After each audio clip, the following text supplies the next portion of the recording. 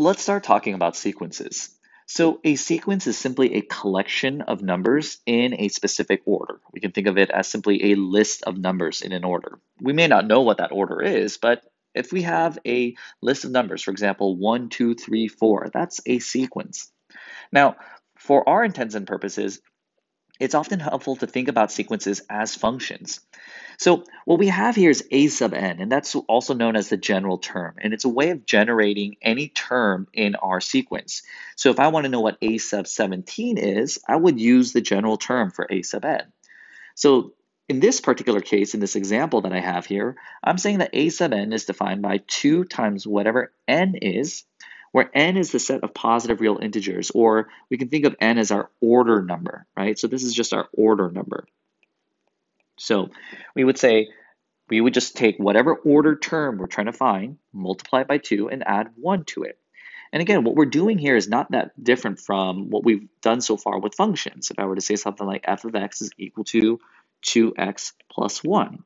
If I wanted to find the 17th term again, if I wanted to find the 17th term in this function or in this sequence, it would be equivalent to evaluating this function at 17, saying 2 times 17 plus 1, which would be 35. Okay? So n just simply tells us the location or the order of the term in the sequence. So let's do the same thing right now for this particular sequence. If I wanted to find, in this case, let me just go ahead and erase this so we don't get too confused. If I wanted to find the second term in our sequence, I would go, all right, well, what's 2 times 2 plus 1? Well, that would be equal to 5. If I wanted to find the third term in our sequence, 2 times 3 plus 1, well, that would be equal to 7. And this would be equal to 9. And so what we have here is this is what we say this is our a sub 1, this is our a sub 2, a sub 3, a sub 4, which is just another fancy way of saying it's our fourth term in our sequence. Okay? So thinking of sequences as functions will be really helpful for us as we move deeper into our study of what's going on with functions as we get closer to infinity. But before we get too ahead of ourselves, let's just practice writing the nth terms of sequences, which is another way of asking ourselves, what's happening to n to get to a sub n? So let's take a look at this first example. If I gave you this sequence, 1, 3, 5, 7, which looks really similar to what we just looked at, but if I gave you the sequence and I asked you to find a sub n, something that I always find helpful is to write the order terms right underneath or adjacent to these values. In other words, I'd say something like n is equal to, in this case, 1. This is when n is equal to 2, I get 3. When n is equal to 3, I get 5. When n is equal to 4, I get 7, right? So take a moment and just ask yourselves, what am I doing to n to get a sub n? Well, hopefully you had a chance to think about that. You would say a sub n is equal to 2 times our n value minus 1. So we're just doubling our n value and we're subtracting 1 from it. Let's do one that's slightly trickier. Let's try something like number 2 here. Go ahead and pause the video and ask yourself, what am I doing to my n to get my a sub n? Well, hopefully you found that a sub n is simply our n value squared plus 1. I do want to kind of emphasize this right over here. Notice those kind of dots that we have, also known as ellipses, are to indicate that this is what we call an infinite sequence. These terms go on infinitely. So all the more reason to have a really helpful way of generating any possible term in that sequence. All right, now let's go the other way around. Now let's take a look at some sequence where you're given a sub n and you just want to generate a certain number of terms in the sequence. So this is not that different from just evaluating a function, right? So if I wanted to find a sub 1, this would be equal to negative 1 to the 1 power times x to the 1 plus 1 all over 1 plus 1. And this is our first time seeing something like this, factorial, right? So that exclamation point doesn't mean you're just yelling the number. It means it's a factorial. And so the way a factorial works, and let me just kind of quickly move over here and we'll come back to that problem. A factorial is the idea that we are multiplying that number by all of its previous positive integers. So for example, something like 3 factorial would be equal to 3 times 2 times 1. Now, by definition, we are going to say that 0 factorial is equal to 1. There are a lot of reasons for this, which I'm not going to get into right now, but just commit that to memory, that 0 factorial is equal to 1. And if you have questions why, feel free to just look it up or just ask me during our next class, and I'm more than happy to kind of give you a really easy breakdown for why 0 factorial is equal to 1.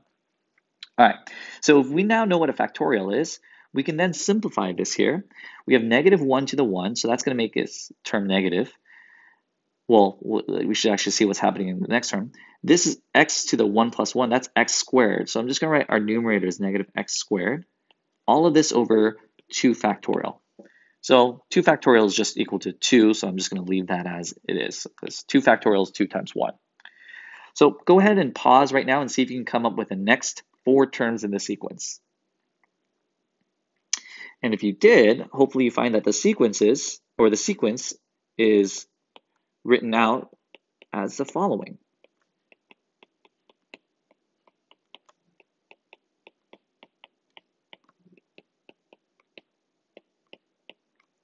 And we're going to box that. I want to also highlight here that these terms are alternating in sign. The first term is negative, the next term is positive, the next term after that is negative. This is what we know. This is what we call an alternating series, because it's alternating in signs. Also note the way that I've written out my sequence. I'm writing them in order with commas just to separate the terms so things don't get muddied together. Okay. So now that we've had a chance to kind of work through factorials and understand that it's that number times all of its previous positive integers, let's practice simplifying with factorials. So let's try these examples here. So what would 6 factorial over 4 factorial look like? Now this would be incredibly annoying to do if we had to evaluate what 6 factorial was, evaluate what 4 factorial was, and do some math to try to simplify or divide those terms or values. But instead, let's try to kind of leverage what actually factorials are saying to our benefit here. What is 6 factorial? Well, 6 factorial is the same idea of 6 times 5 times 4 times 3 times 2 times 1.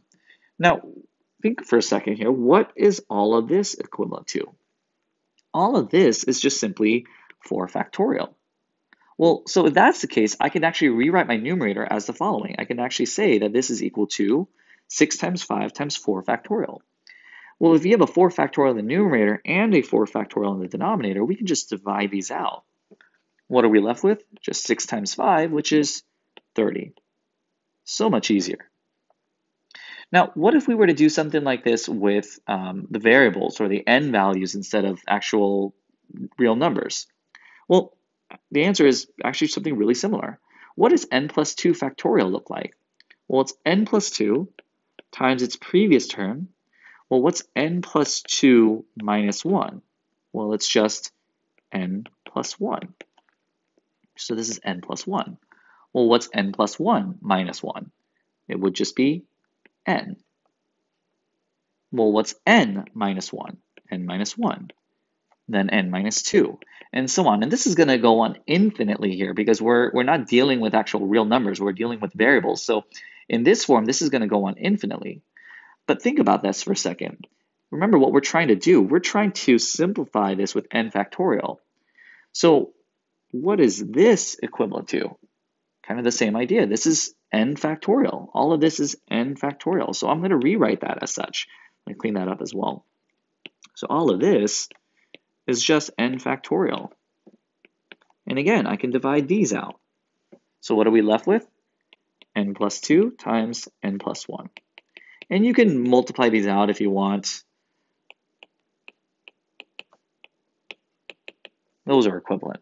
So if we actually compare these side by side, we're saying that these are we're doing exactly the same thing, right? We're doing exactly the same thing.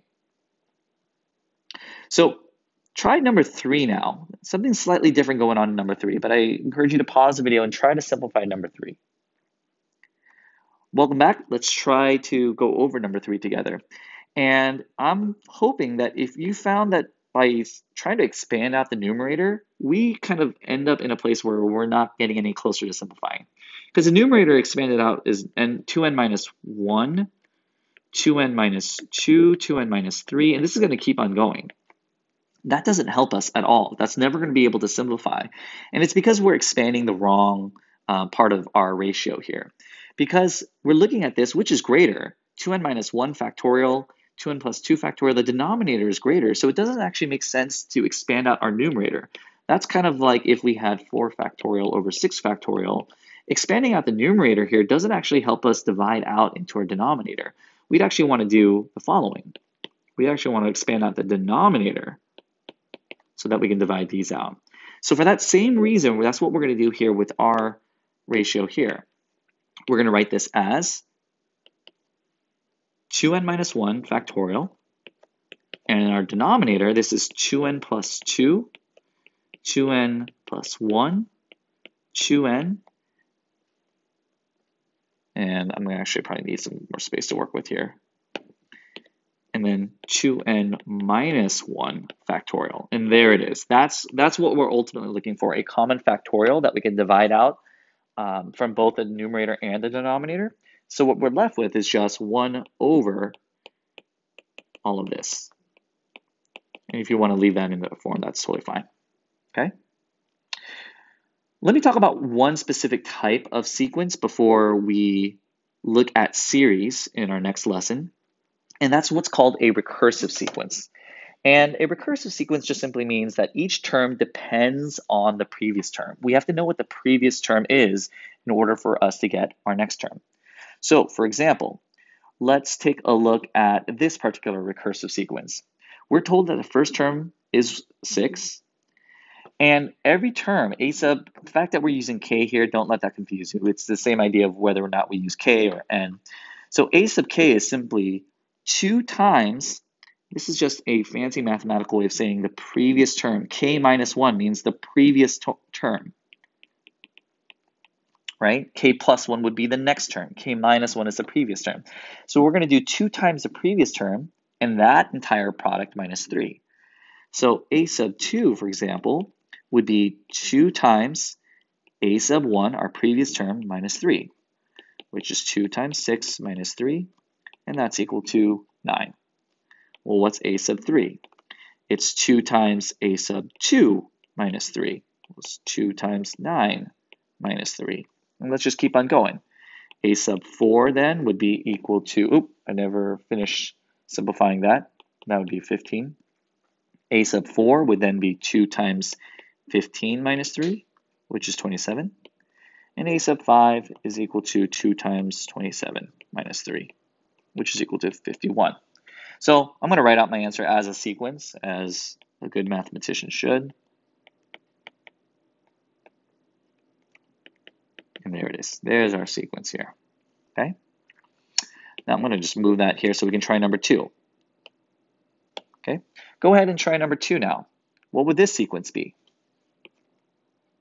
Well, let's go ahead and talk this one out. Well, we know that our first term of our sequence is 1. But the next term of our sequence is also 1, which is kind of strange.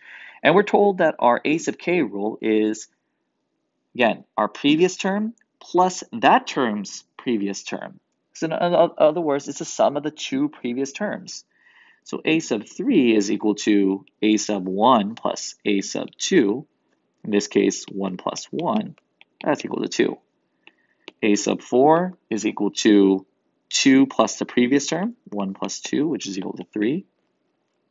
A sub 5 is equal to the sum of these 2 terms, 2 plus 3. Well, that's just equal to 5. And if I were to write these out,